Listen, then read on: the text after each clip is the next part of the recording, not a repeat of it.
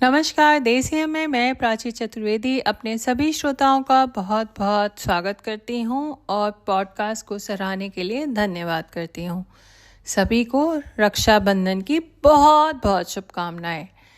रक्षाबंधन का त्यौहार सिर्फ लोक परंपरा का हिस्सा पर नहीं है, बल्कि इसके साथ कई पौराणिक कथाएं भी जुड़ी हैं। राजा बलि, भगवान विष्णु और माँ लक्ष्मी की। माँ लक्ष्मी ने राजा बलि को राखी बांधी, तभी से रक्षासूत बांधने की परंपरा चली आ रही है।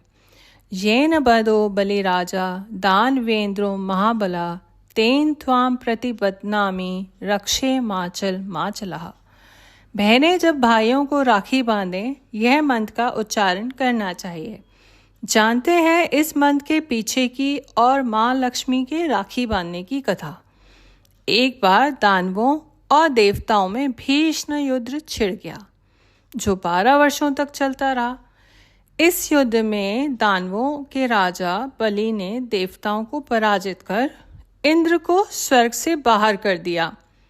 राजा बलि भगवान विष्णु के महान भक्त प्रहलाद जी के पोते थे। राजा बलि स्वयं भी एक महान विष्णु उपासक थे। तीनों लोकों को जीतने के उपलक्ष्य में राजा बलि ने गुरु शुक्राचार्य के कहने पर विजय यज्ञ करवाया। उधर स्वर्ग विहीन होकर इंद्र यहाँ वहाँ भटक रहे थे। वे भगवान विष्णु के पास पहुँचे और बोले, हे जनार्दन, यह स्वर्ग आपने हमें दिया था। हम देवता स्वर्ग के बिना कुछ भी नहीं हैं। हम शक्तिहीन हैं और श्रीहीन हो गए हैं। हमारी व्यथा दूर करें प्रभु। भगवान विष्णु वामन रूप का अवतार लेकर राजा बलि के यज्ञ स्थल पहुंचे। यज्ञ समाप्ति पर उन्होंने राजा बलि से कहा, हे दानवेंद्र बलि, मैं आपकी प्रशंसा सुनकर यहाँ आया हूँ। क्या ये वामन आपके यज्ञ स्थल से खाली हाथ जाएगा? तीनों लोगों को जीतने के बाद विष्णु भक्त राजा बलि में अहंकार आ गया था। अहंकार से भरे बलि ने वचन दिया कि वे जो चाहें सो मांग सकते हैं। इस पर विष्णु रूपी भगवान वामन ने राजा बलि से 3 बग जमीन मांगी। यह सुनकर यज्ञ स्थल पर उपस्थित सभी लोग हंसने लगे कि सिवाय दैत्य गुरु शुक्राचार्य को छोड़कर उन्हें वामन पर संदेह हुआ। उन्होंने राजा बलि को यह दान देने से रोका, लेकिन अहंकार से भरे बलि ने सोचा कि यह बौना 3 कदम पग में कितनी जमीन नाप पाएगा। उसने वामन से कहा, हे वामन, आपकी जहां से इच्छा हो वहां से अपनी 3 पग भूमि ले सकते हैं। राजा बलि का इतना कहते ही विष्णु रूपी भगवान वामन का आकार बढ़ना शुरू हो गया। उनके आकार ने अंतरिक्ष के छोर को छू लिया था। उन्होंने अपने 2 पग में ही पृथ्वी, आकाश और ब्रह्मांड को नाप लिया था और राजा बलि से पूछा, हे दानवेंद्र, अब मैं अपना तीसरा पांव कहाँ रखूं? इस पर राजा बलि भगवान वामन को प्रणाम करते हुए कहते हैं, हे प्रभु, आप अपना तीसरा पग मेरे सिर पर ही रख लीजिए। भगवान वामन ने ऐसा ही किया और राजा बलि के सिर पर पांव रखकर उसे पाताल लोक भेज दिया।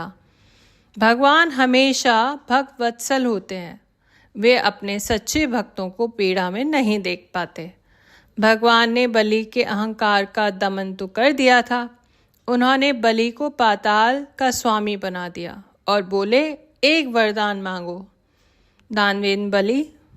राजा बलि ने बड़ी चतुराई से भगवान से यह वचन ले लिया कि वह जब सोने जाए और उठे तो जिधर भी नजर जाए उधर उसे भगवान विष्णु ही नजर आए। भगवान विष्णु अब वचनबद्ध तो थे ही। अपनी भक्ति के बल पर राजा बलि सब कुछ हार कर भी जीत गए। भगवान विष्णु क्या करते, वे तो वचन दे चुके थे। इस तरह वे पाताल लोक में बलि के पहरेदार बन गए। जगत पालक भगवान विष्णु को वामन अवतार के बाद फिर वैकुंठ जाना था, लेकिन वह बहुत दिन हो गए वैकुंठ के भगवान से रहित हो जाने के कारण देवी लक्ष्मी चिंतित हो गईं। उन्होंने नारद जी से पूछा, हे देवश्री, आपका तो तीनों लोकों में आना जाना है, हमारे शेष शैयाधारी भगवान कहाँ हैं? कहीं देखा है आपने? तब नारद जी बोले, हे देवी, नारायण प्रभु तो पाताल लोक में राजा बलि के पहरेदार बने हुए हैं। फिर माता लक्ष्मी को उन्होंने भगवान को वहां से मुक्त कर वापस लाने का उपाय बताया। तब देवी लक्ष्मी एक ब्राह्मण स्त्री के रूप में धरती पर उतरी और राजा बलि के पास पहुंची। उन्होंने रोते हुए बलि से कहा, हे राजन, मेरे पति एक काम से लंबे समय तक बाहर गए थे। मेरा कोई भाई नहीं है, इसलिए मैं दुखी हूँ। मुझे रहने की जगह चाहिए। राजा बलि ने उनका हृदय से स्वागत किया और अपनी धर्म बहन के रूप में उनकी रक्षा की। देवी लक्ष्मी के आगमन के बाद से बलि का पाताल लोक अचानक सुख, धन्य, धान्य, समृद्धि और ऐश्वर्य से खिल उठा। कुछ समय बाद श्रावण मास की पूर्णिमा के दिन देवी लक्ष्मी ने बलि की कलाई पर रुई का रंगीन धागा बांधकर उसके रक्षा और सुख की प्रार्थना की। राजा बलि बेहद प्रसन्न हुए और उन्होंने कुछ मांगने का आग्रह किया। देवी लक्ष्मी ने भी तुरंत उनके बलि के सम्मुख रहने वाले पहरेदार स्वरूप भगवान विष्णु की ओर इशारा किया और मुझे आपका ये पहरेदार चाहिए।